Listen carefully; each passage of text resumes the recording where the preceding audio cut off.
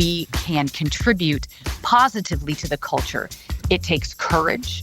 It takes speaking out. It takes disruption. And if you hate the word disruption, because some people do, because we get the vision of burning everything down, then let's call it interruption. Either way, we have to rupture something in order to build it back better.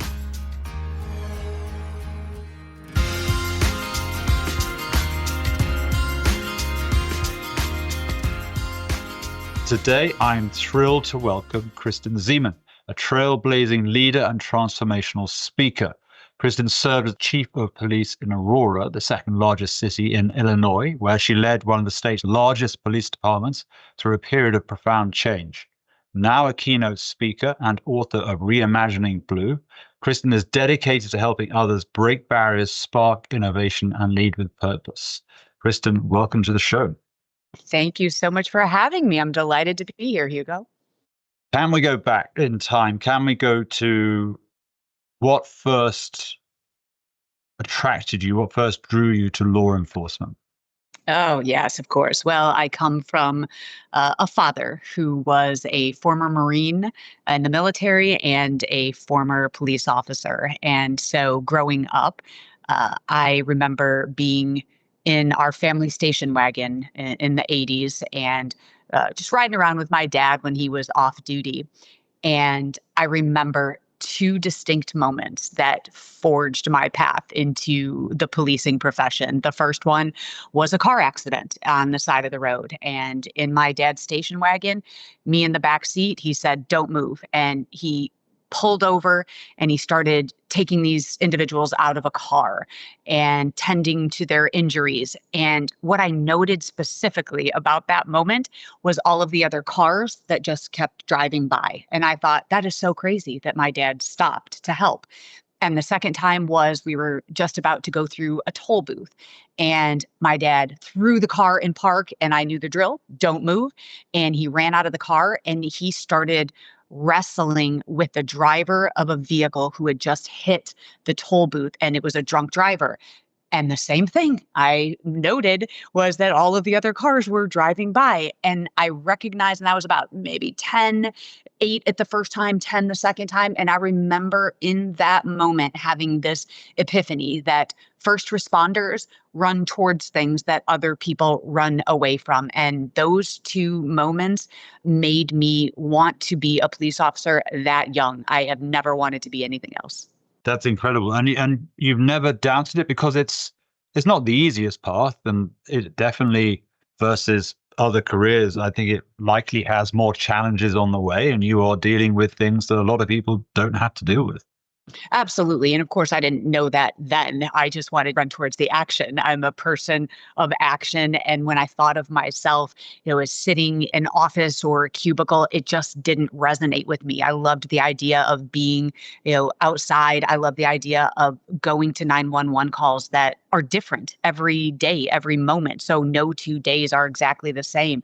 And you're right. I didn't realize the challenges of law enforcement until I was immersed in the middle of it. But for that beginning, as what led me, that the universe that led me there was this idea of helping people and action oriented.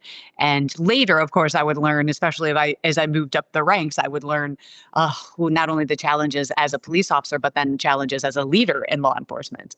Yeah, I want to ask you about leadership, because there's no doubt that the police are leaders in the community. That they have powers that others don't, and therefore they are expected to act as leaders. But that's not the same thing as becoming a leader of police, other officers, and personnel. So when did you like and relish the role of leadership in the community and broader society? And secondarily, when did you think, actually, I would quite like to have people reporting to me who I can work with, who I can shape, who I can develop? When did that part come?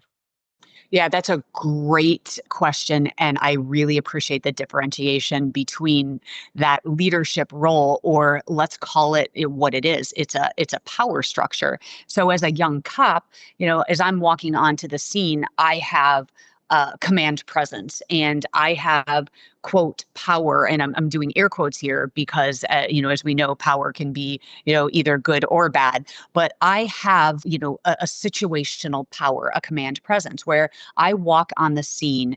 And I remember having this aha moment in my mid 20s where I'm walking on the scene and people are looking to me to solve problems because I am the one that is demonstrating. First of all, they're calling us, or, we're stumbling upon an incident. People don't typically call 911 when things are going well in their lives, right? So I'm showing up for domestic disturbances, for neighborhood disputes, you name it, we are showing up. And I remember being in my mid 20s thinking they are looking to me to solve a problem, perhaps in a domestic situation that has taken, of course, perhaps 20 years for them to get to. And now I'm on the scene, and in 5 minutes, I have to separate, the individuals and figure out exactly what the best outcome is. Is there an arrest to be made? Was a law violated? Is this a mediation? So I became, very, very young. I had that epiphany of, wow, I have this leadership role in other people's lives. And, even as something as simple as an accident, they're looking to me to solve the problem, to take charge of the incident. So that in itself is a kind of leadership. And then there is a different kind of leadership in leading others. And I think, and the reason that I attempted to move up in my organization was not on my own volition. It was because other leaders looked at me and said, and this is such a gift, and I want to underscore this for your listeners to this pod, is that think about how many times in your life that someone has recognized something in you that you didn't see in yourself. And that's exactly what happened to me. Was these male mentors said, hey, you've got, quite a leadership ability that we've witnessed on the street. What a gift that was, because I wouldn't have been able to see it in myself. I just thought I was, kind of a bossy pants, just taking charge of the situation, when, they said this could perhaps be a quality if we cultivate it. And so it was with them witnessing it and them pushing me that I pursued leadership to a higher degree. And that is where the shift becomes, and the differentiation, as you mentioned, is that now as I move up in an organization, particularly as I move up to middle management. So when I got promoted to sergeant, I'm still on the street and I'm still acting as a police officer. But once you make the lieutenant's rank, well, then that becomes more administration. And now it pivots. Leadership is now getting work done through others. And that is through giving them, the inspiration, the aspiration, the training, and the mastery that they need so they can do their job. And as I moved up and eventually became the first female chief in my organization, that is what became my focus, was making sure that the mission is carried out, but through others, not necessarily me. When you look back at the training you had, I'm sure the police gives very good training, but I think my view is that no one is ever 100% the product of their training. There's more to it than that. We have innate capabilities. We all have strengths and weaknesses. How much did you kind of learn by watching, learn by observing, learn by absorbing others versus the training you were given? Yeah. Also a great differentiation. Just because someone moves into a leadership position, of course, does not make them a leader. So I would say quite candidly that I had so much training to become a police officer. When we go through the academy and we have months of field training, and then we're on probation for, whatever amount of time that is, 15 months, the training that is instilled in us so we can handle calls on the street is very different. And I would say probably more robust than the training to become a leader. And here's what I mean by that. So many people are promoted to a formal leadership rank, and they don't have leadership training. And so I will say that a lot of the leadership training that I got was, and this is a really sad statement to say, I watched leaders during my tenure as a patrol officer, and that was for about almost 10 years before I got promoted. And I took lessons of what not to do. that was, and that, like I said, that is very sad to say, but I remember having those moments, and we can all relate to this, where we think if I ever move into a leadership position, I will not treat my people like that. I won't just check the box and take the rank or the title because of power, but I will genuinely care about my people. I will become the boss that I wished I had. So I had a lot of that, is just do the opposite of that person. And then, there is some formal leadership training, but it's really scarce. And so what I did with the help of a commander is that I went on my own independently and started really taking in leadership lessons, even outside of law enforcement. And I remember the first training class I went to was after reading the book by Stephen Covey, The 7 Habits of Highly Effective People.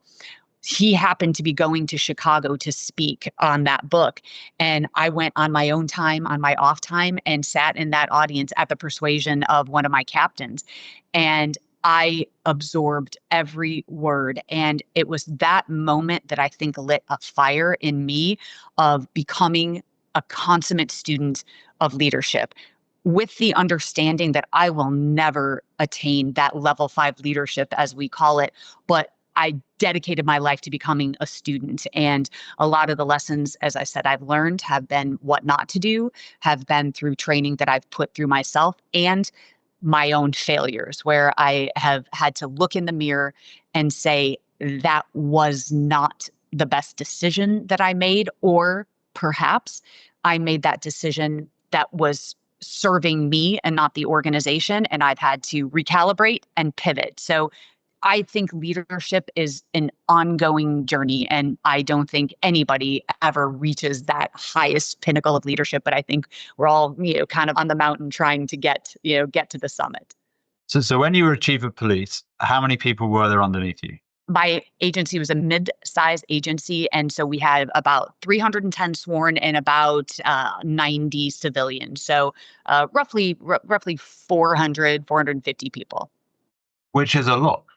It is. We're not looking at your Chicago size, NYPD, but it's a robust mid-sized agency. So did you feel lonely? And you just talked about decisions. You're dealing with a lot of people. You're dealing, I imagine some people in the police are maybe a bit world weary and maybe a little cynical. I think it'd be very hard not to be when you're dealing with some of the things that people do in life. But were you a quick decision taker? You sort of alluded to it, did you walk back decisions that were wrong? And who did you have around you when you had a lot of people like that looking up to you? I imagine it could feel lonely. It could feel kind of isolated. And I hesitate to ask this, but I think I should. Sure. You were probably in the minority in terms of being female. Yes, absolutely. Yeah. Yeah, absolutely. Yeah, I was the first female lieutenant to ever attain that rank. And then I went on to become the first female commander and the first female chief in the history of my department. Now, I will say that I had an advantage because I came up in my organization. I started in that organization when I was 17 years old as an intern, and then I became a sworn officer. But I'm going to kind of go in a roundabout way to answer your question. And the reason that I think that I didn't have the struggle as maybe other women and even men walking into it was because I didn't walk into a new organization. I had spent 20 years in my organization, hopefully gaining the respect of my peers, of my colleagues, of my leaders, and then soon to be those that I led. And so when I attained that level as chief, there was an immense support. And I'll never forget that. All of the officers that showed up for my swearing in and even reached out to the mayor and told them, this is who we want as our chief. So I was welcomed. And the gratitude that I feel for that is immense because I have talked to people who have walked a very different path.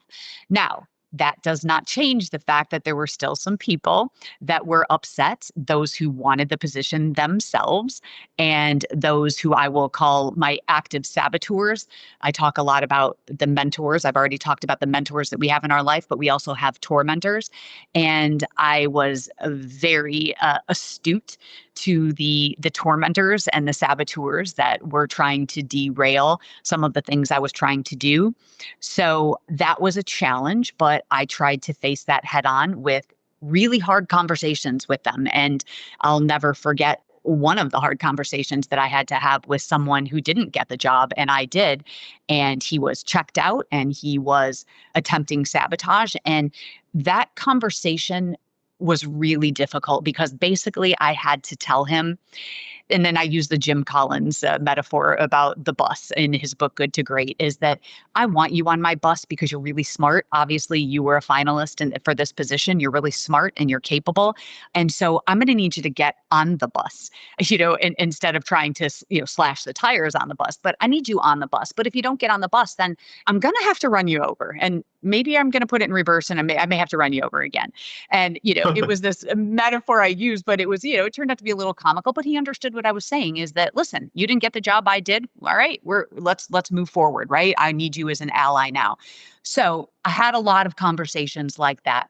But to answer your question, and I love this question that you asked, was it lonely?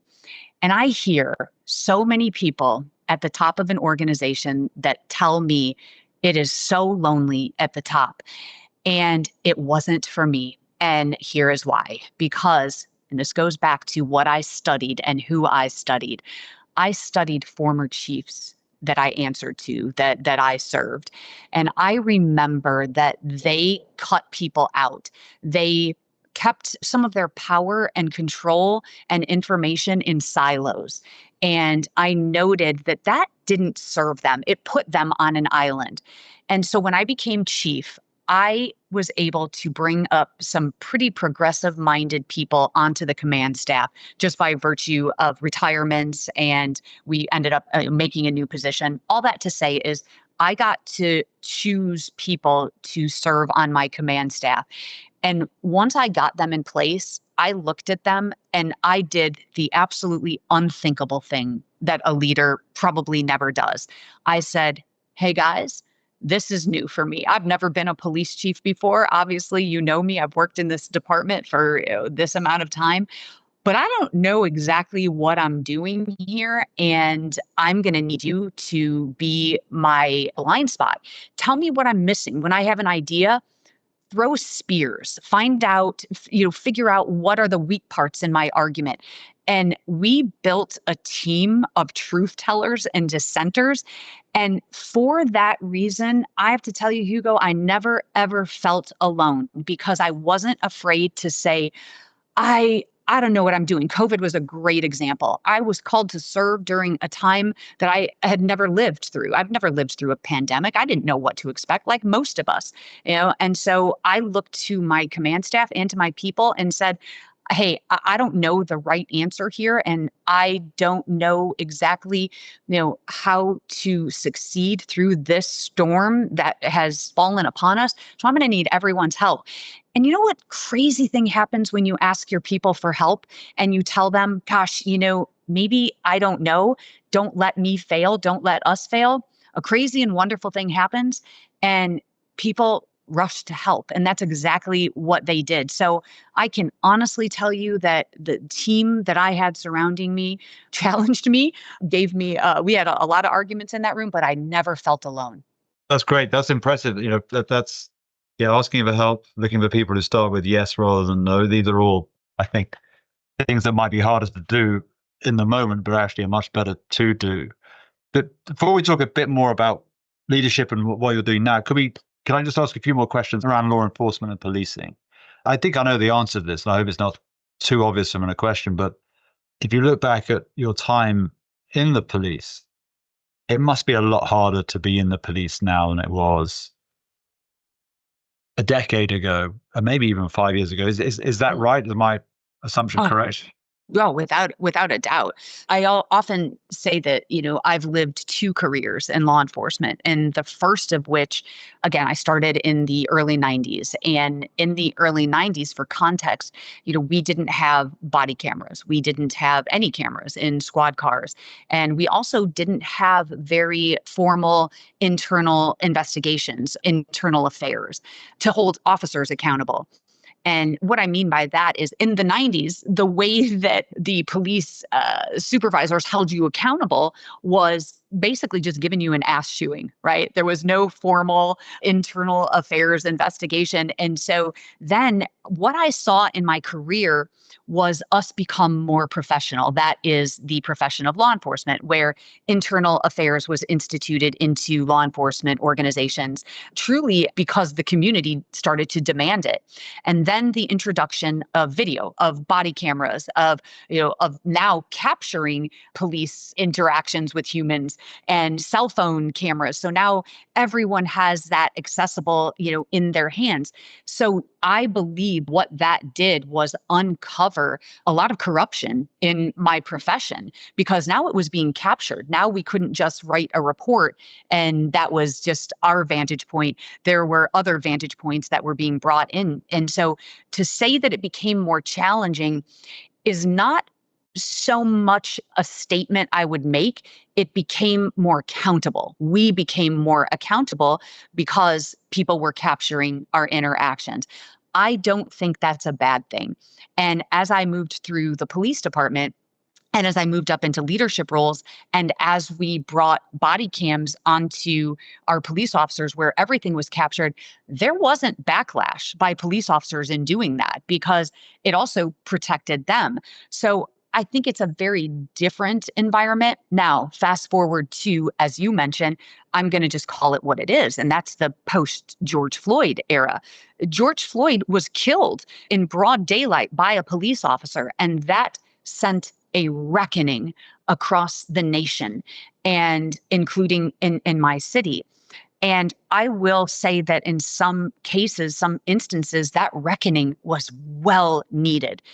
There were many progressive police departments that were, including my own, that I am proud to say, that were holding our officers accountable, holding one another accountable. The community was holding us accountable, and we were open to it. And so many police departments didn't do anything wrong. So many police officers didn't do anything wrong, but there were many that were, and we saw them making the headlines over and over again.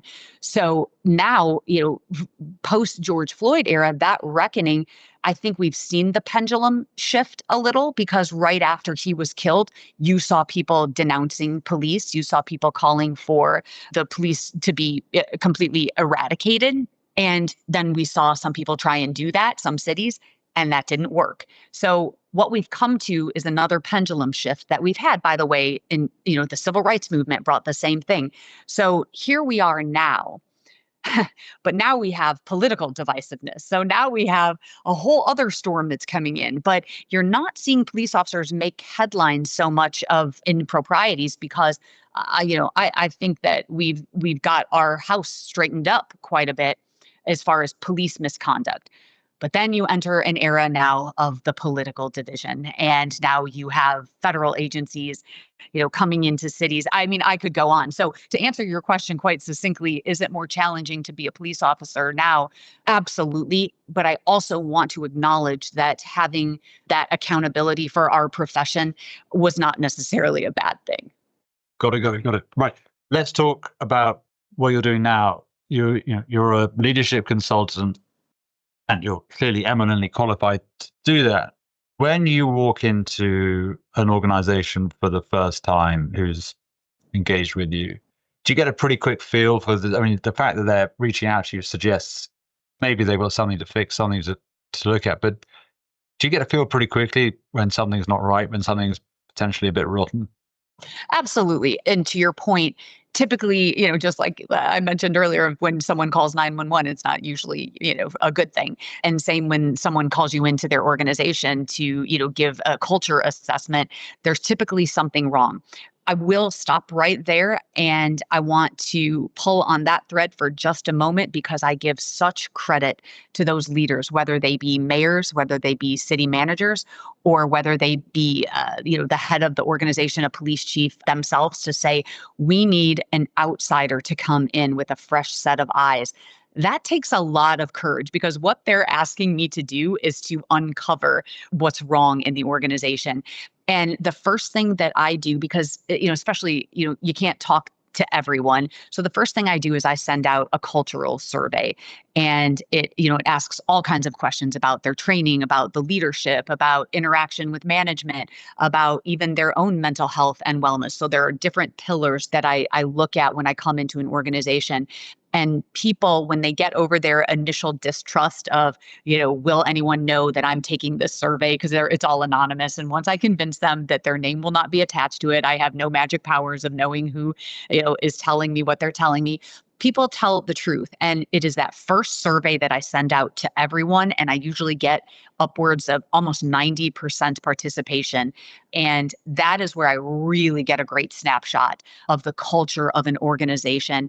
And in the free fall comments where people can just write whatever they want, that's where people start to vent and I get a sense of what issues we have to tackle. And then I move into the one-on-one conversations, either with teams or with individuals. And that's where I really learn. And then I come out with a diagnosis and basically what areas that are needed for improvement. So it's really interesting because every organization has a different personality and has different challenges. How often is it all rooted in performance, whatever that organization is trying to do, however it's measured? It's very hard to separate. It's chicken and egg, isn't it? The culture goes wrong and that damages performance, or performance goes wrong and then that damages the culture. How often is it that people just can't get along even though they're doing actually just about okay or maybe better? And how often is it that an improvement in whatever the business is trying to achieve, if that can happen, then the culture will follow? So, great question. And I don't know the answer. A lot of times we look at our leadership as the person, the top of the org chart. That person is responsible for setting the culture and the tone of an organization. And while that is true in my career, I can give you succinct examples of when I checked out, when I became apathetic, when I stopped producing. It was because I was working for a leader that was terrible. Again, back to what not to do. So people check out. Now, here's the mistake that people make about culture, though, is they put all of the onus on that individual at the top of the org chart. And while that is important, and if you have a bad leader at the top of the org chart, your organization is going to suffer. Productivity is going to suffer because people become disenfranchised and disengaged when they don't respect or when their leadership is incompetent.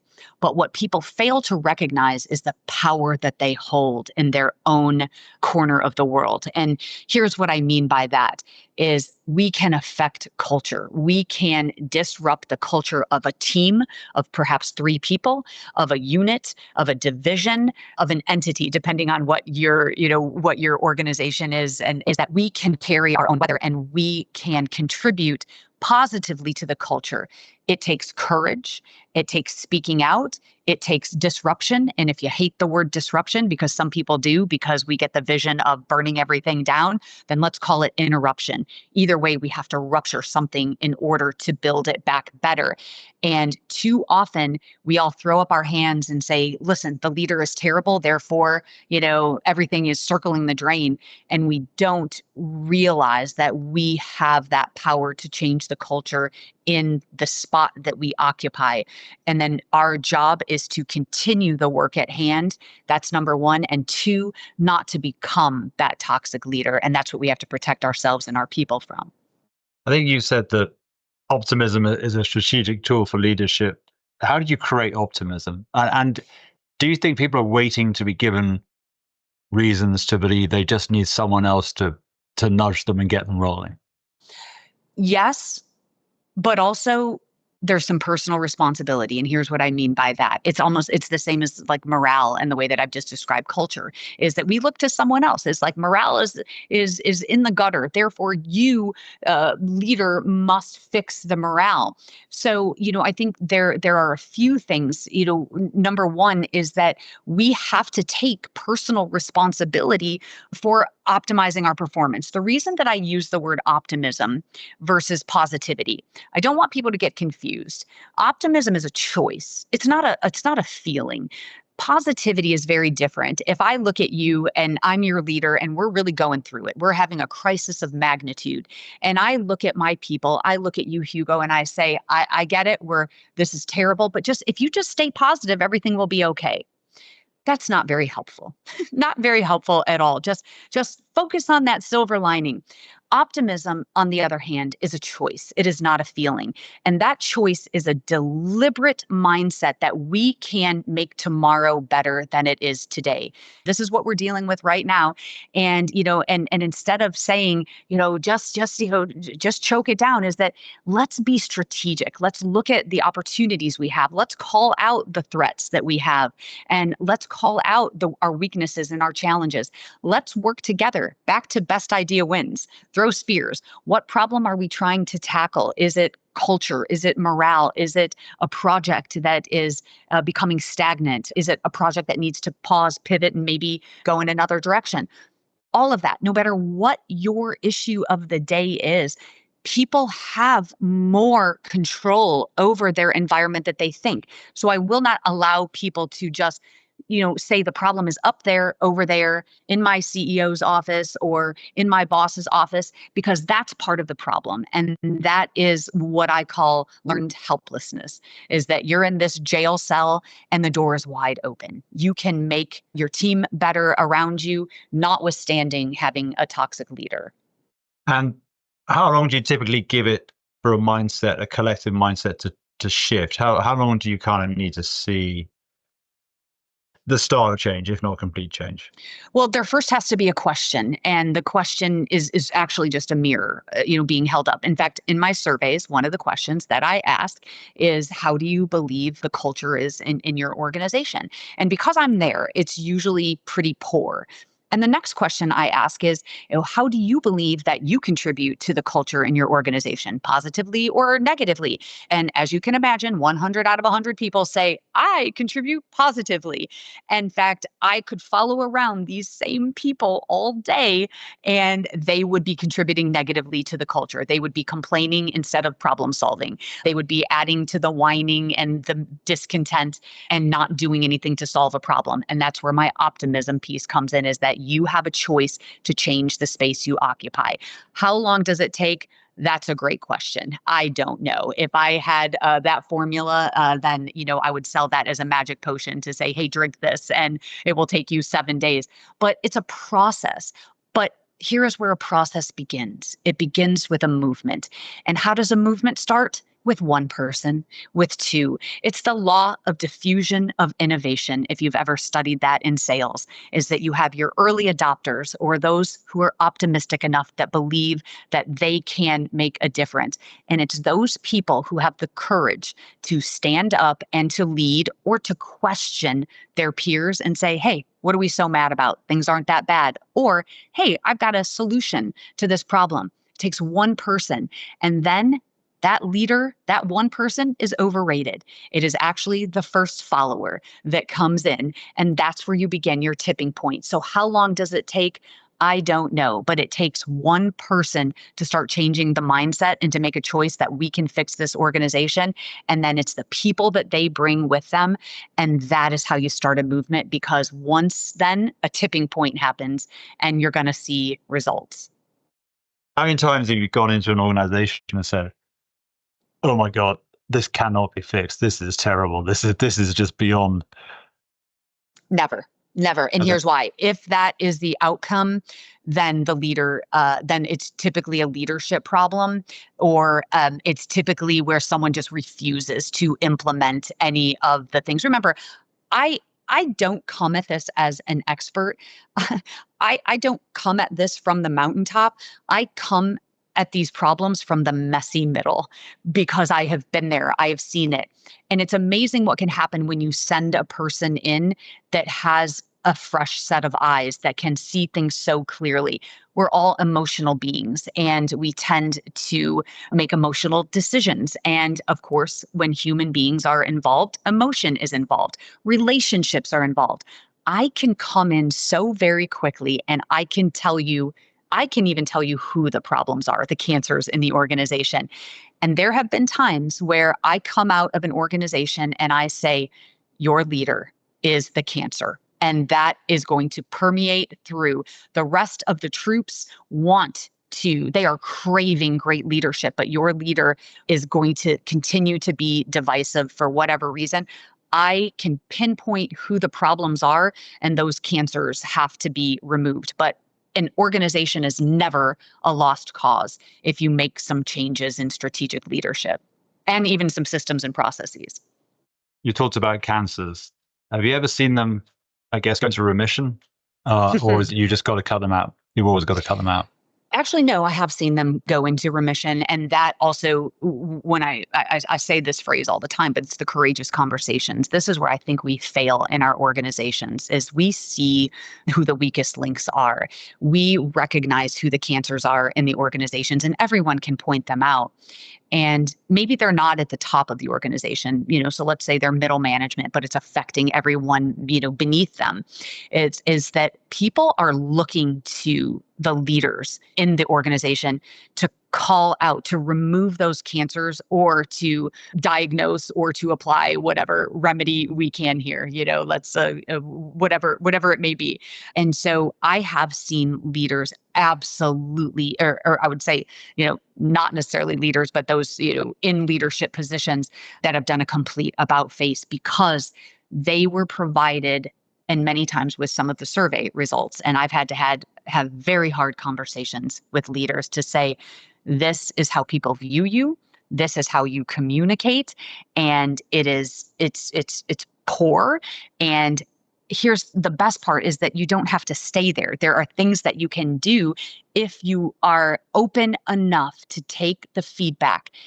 Criticism is a dirty word. We feel as though we're being attacked, but instead criticism, when it comes from a sincere place of caring and wanting someone to get better, what a gift. And I have absolutely seen leaders say, I hear myself, but I did not realize how that was being received by my people.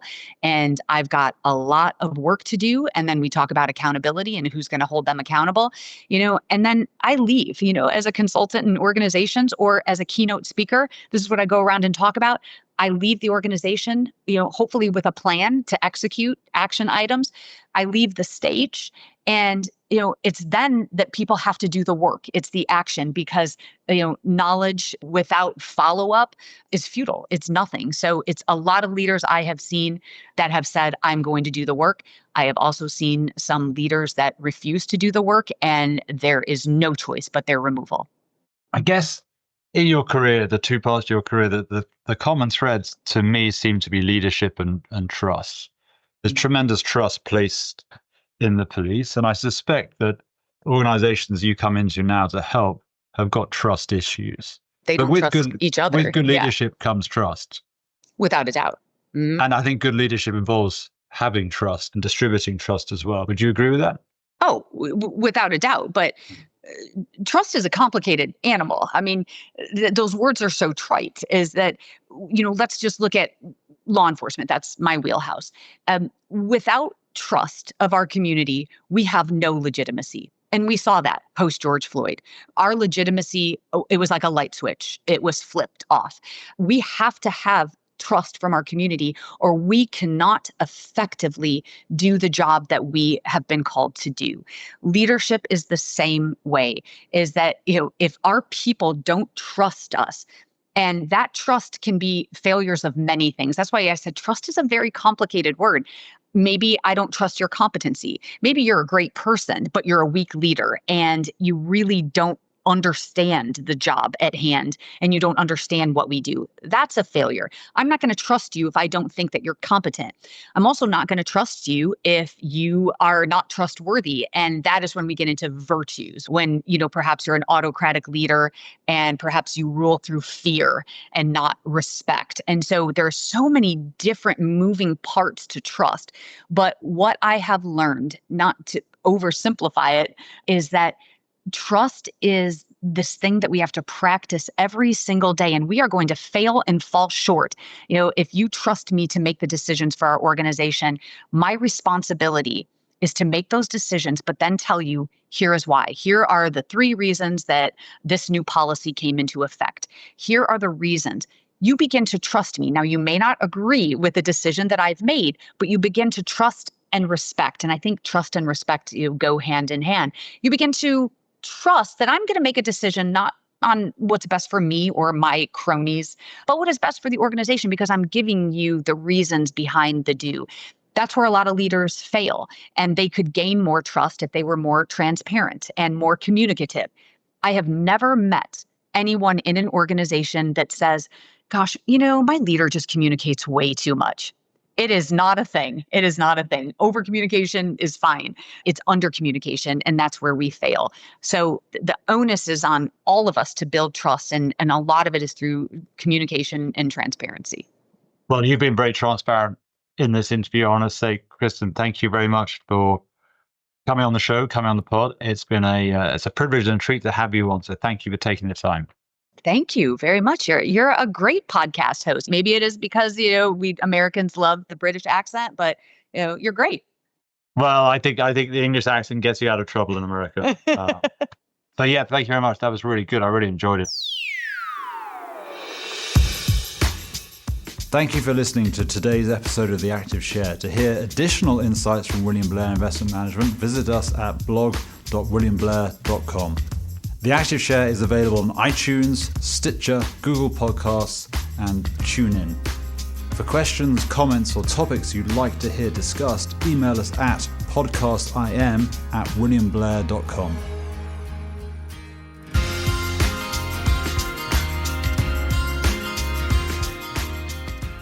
This content is for informational and educational purposes only and is not intended as investment advice or a recommendation to buy or sell any security or to adopt any investment strategy. Investment advice and recommendations can be provided only after careful consideration of investors' objectives, guidelines, and restrictions. The views and opinions expressed are those of the speakers as of the date of this recording, are subject to change without notice as economic and market conditions dictate, and may not reflect the views and opinions of other investment teams within William Blair Investment Management. Factual information has been obtained from sources we believe to be reliable, but its accuracy, completeness, or interpretation cannot be guaranteed. Any discussion of particular topics is not meant to be comprehensive and may be subject to change. This material may include forecasts, estimates, outlooks, projections, and other forward-looking statements. Due to a variety of factors, actual events may differ significantly from those presented. Past performance is not indicative of future results. Investing involves risk, including the possible loss of principal. Any investment or strategy mentioned herein may not be suitable for every investor. References to specific companies are for illustrative purposes only and should not be construed as investment advice or a recommendation to buy or sell any security. William Blair Investment Management may or may not own any securities of the companies referenced. It should not be assumed that any investment in the companies referenced was or will be profitable.